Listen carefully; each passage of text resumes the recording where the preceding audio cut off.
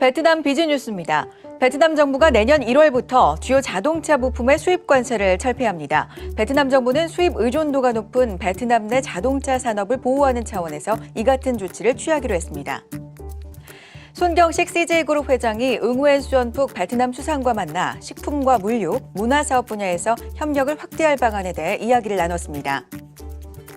전자회로기판 제조업체 코리아서킷가 베트남 현지 법인 설립을 위해 217억 원을 출자하기로 했습니다.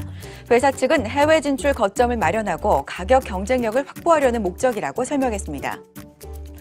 코트라가 베트남을 비롯한 신흥시장의 주요 기업을 초청해 경제협력 포럼을 개최했습니다. 베트남 하노이시 산하 유통공기업인 하프로가 포럼에 참여해 유통 분야 협력 방안을 소개했습니다. 베트남 도시계획 전문가인 서덕수 NIBC 국제개발연구소 소장이 2억 원으로 베트남의 30평대 고급 아파트를 구매할 수 있다고 말했습니다.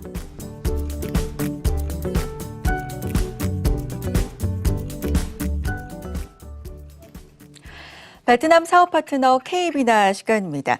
베트남 진출을 원하는 기업들에게 베트남의 세금 체계는 굉장히 미리 공부하고 알아둬야 될 중요한 사항일 텐데요. 오늘은 베트남의 법인세에 대해서 이야기를 나눠보도록 하겠습니다. 자세한 설명을 위해서 KB나 비즈센터 세무 관련 전문위원이십니다. 임병관 이정회계법인 대표 나오셨습니다. 어서 오세요. 네, 안녕하세요. 네, 반갑습니다. 베트남 하면 일단 인건비가 싼 걸로 많이 알려져 있지 않습니까? 그리고 젊은 인구도 많은 걸로 또 알려져 있고요. 우리나라 상당수의 제조업 기반 기업들은 베트남 진출을 고려하고 있는 이유가 바로 이 때문인데 어느 정도의 법인세를 부담하게 되는지가 일단 체크 포인트가 될 것 같습니다. 어떻게 됩니까? 네, 베트남 법인세율은 2014년부터 최근 2, 3년간 계속 인하되어 2016년부터 한국과 동일하게 20%의 세율이 적용되고 있습니다.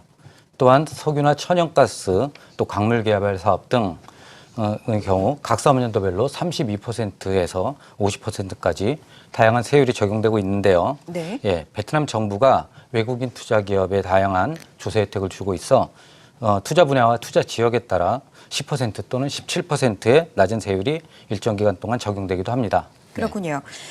다양한 조세 혜택이 있다고 말씀을 하셨습니다. 그러다면 기업 입장에서는 그 조세 혜택을 실질적으로 받을 수 있는 게 중요한 걸 텐데 어떤 경우에 낮은 세율을 적용받게 될까요? 네, 베트남의 조세 혜택은 제조업 등 법에서 정한 투자 장려 분야, 또 사회경제적으로 낙후된 투자 장려 지역에 진출하는 기업, 또 일정 투자 규모를 만족하는 신규 프로젝트에 주어집니다.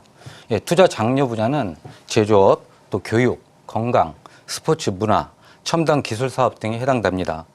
조세 혜택은 표준 법인세율보다 낮은 세율을 적용하는 우대세율과 또 일정 법인세 전액을 면제하거나 감면하는 세액 감면으로 나누어지는데요. 네. 예를 들어 그 도시 지역을 제외한 공단 지역에 진출한 제조업체는 과세소득 발생 연도부터 2년간 100%, 또 이후 4년간 법인세 50%를 감면해주고 있습니다. 네. 또 이외에도 제조 건설업이나 또 운송업 등에서는 일정 인원 이상의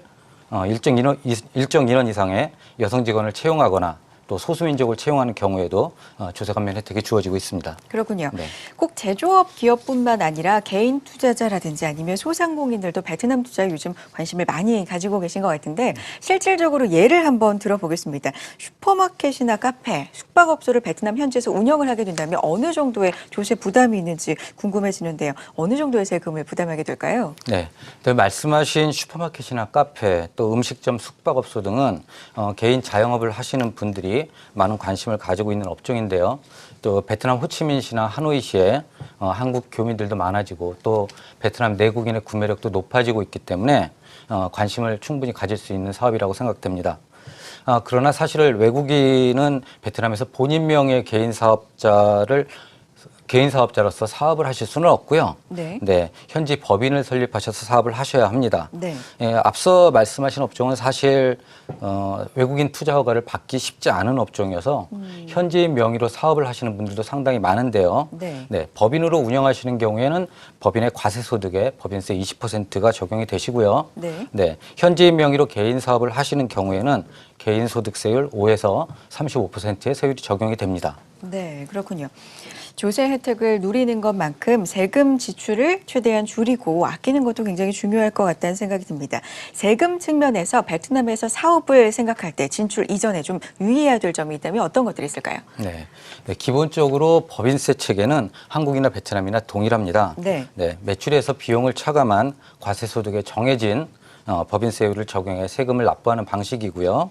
네, 세무상 비용 인정을 받으면 과세소득이 줄어 세금이 당연히 줄겠죠.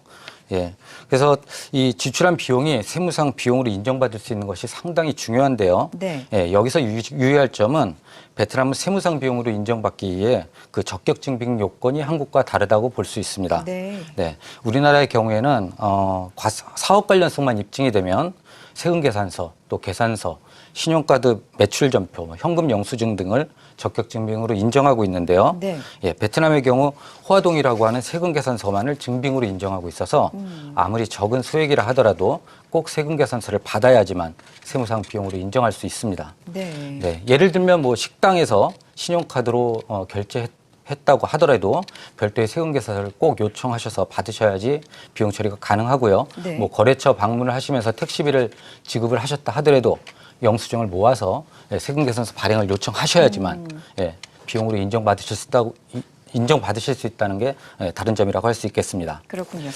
또 네. 2천만 동 원화로 약 100만 원 이상의 상품이나 용역을 구매하는 경우에는 또 은행을 통한 계좌 이체를 한 경우에만 비용으로 인정된다는 점이 좀 다를 것 같습니다. 네, 우리나라와 다르게 세금 계산서만 베트남은 적격 증빙으로 인정받을 수 있다는 점을 굉장히 중요하게 좀 기억을 맞습니다. 해두셔야 될 것 같습니다.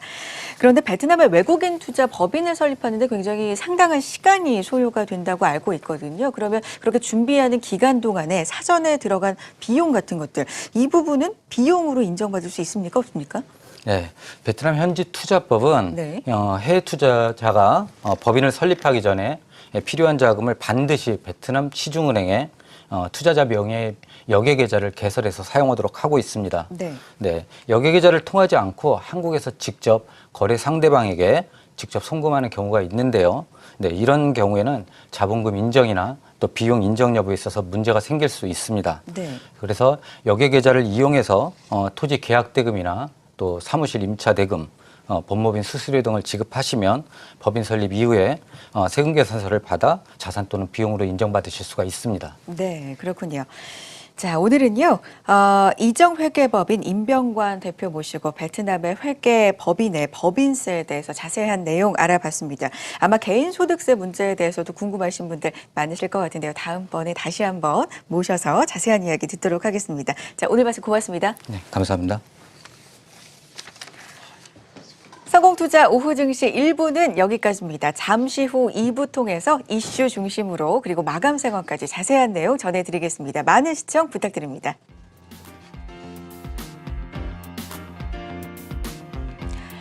베트남 온라인 부동산 주식시장 세미나 안내해드리겠습니다. 12월 20일 금요일입니다. 오후 2시 30분부터 4시 30분까지고요. 코엑스 1층 지하 1홀 앱쇼 코리아 세미나실에서 만나보실 수 있습니다. 온라인 모바일 및 전자상거래 시장, 도시계획 및 부동산, 주식 펀드 및 금융에 대해서 자세한 내용 들어보실 수 있고요. 1:1 현장 무료 상담도 가능합니다. 02-2039-2004 통해서 문의해 주시기 바랍니다.